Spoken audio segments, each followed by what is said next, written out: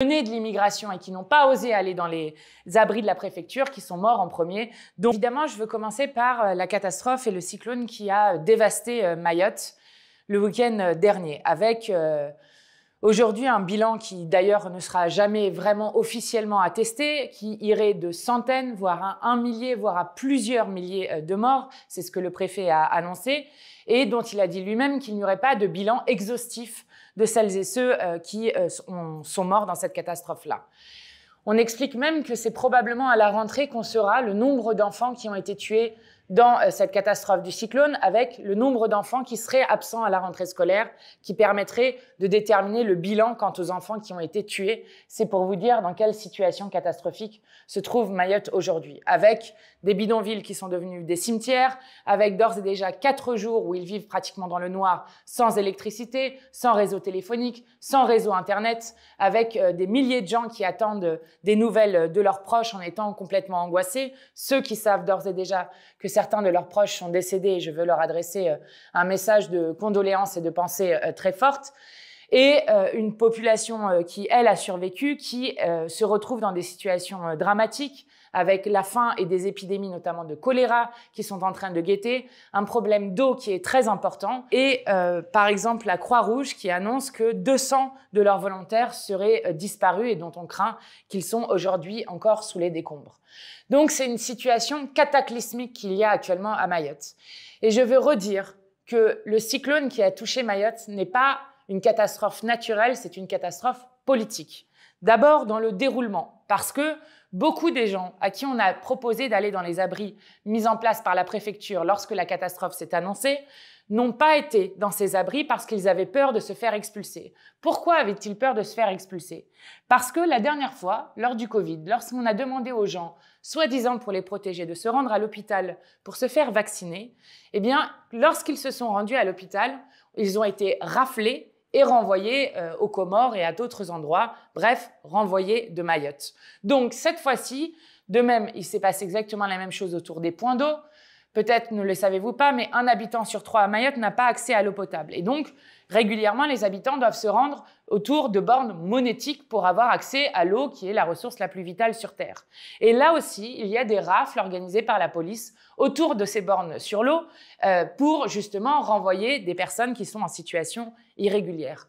Donc, évidemment que lorsqu'on a demandé aux gens d'aller dans ces abris-là, ils ne s'y sont pas rendus et donc beaucoup de ces personnes-là sont mortes du fait de la politique de chasse aux migrants qui a été menée à Mayotte. Ça, c'est la première chose. Deuxième chose, le cyclone arrive sur un état d'abandon depuis plus de 20 ans de Mayotte. Et je rappelle que Mayotte est un département français depuis 2011 et qu'il se trouve que le niveau de vie aujourd'hui à Mayotte en 2024 est plus faible qu'avant la départementalisation. Donc, il faut imaginer que depuis des années, il y a un sous-investissement chronique à Mayotte. Il y a un désintérêt politique total à Mayotte et des Mahorais qui sont laissés en quelque sorte à l'abandon, avec 77% de la population mahoraise qui vit sous le seuil de pauvreté, avec une personne sur 3 qui n'avait déjà pas accès à l'eau avant le cyclone, et surtout 40% des habitats précaires qui évidemment sont ceux qui sont les premiers qui sont battus par les vents et qui ont tué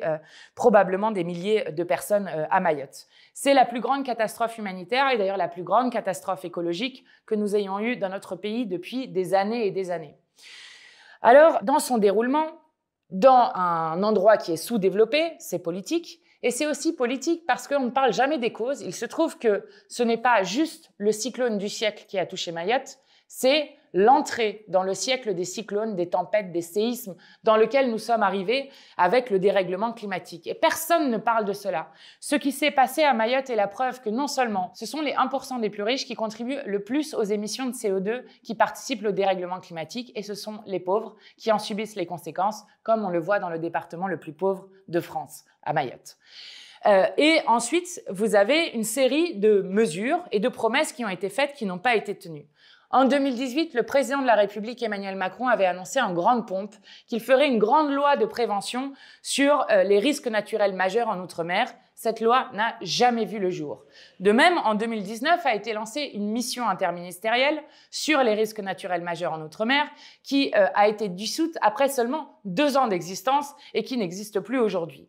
Ensuite, nous avions gagné en 2023, dans le cadre de la niche parlementaire de la France Insoumise, une commission d'enquête qui avait été portée par le député martiniquais Jean-Philippe Nilor sur justement l'état d'anticipation et ce que faisaient l'État et les collectivités pour anticiper les risques naturels majeurs en Outre-mer. Et cette commission d'enquête a été adoptée contre l'avis du gouvernement, contre l'avis des macronistes.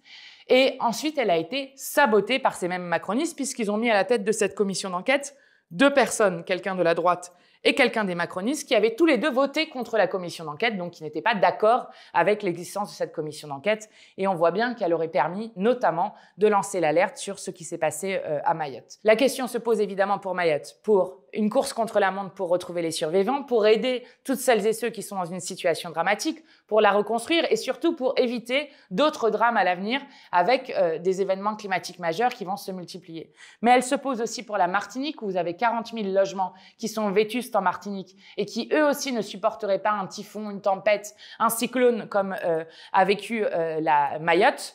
Elle se pose aussi pour la Guadeloupe, où cette fois-ci, c'est 35 000 logements vétustes. Elle se pose pour la Réunion, où 4 personnes sur 10 se trouvent dans des situations de mal logement. Bref, c'est une urgence absolue sur laquelle le gouvernement ne fait rien. Et je rappelle que le président de la République a été condamné 2 fois pour inaction climatique. Voilà ce que nous demandons à l'État de faire. Et à la place de cela, vous avez un gouvernement démissionnaire, notamment M. Retailleau, qui est connu pour utiliser les mêmes expressions que Vichy, c'est-à-dire les Français de papier et autres expressions racistes, qui lui, la seule chose qu'il a dite sur ce qui se passait à Mayotte, eh bien, c'est qu'il fallait faire une nouvelle loi immigration, ce qui est absolument indigne dans le moment dramatique que vivent les Mahoraises et les Mahorais.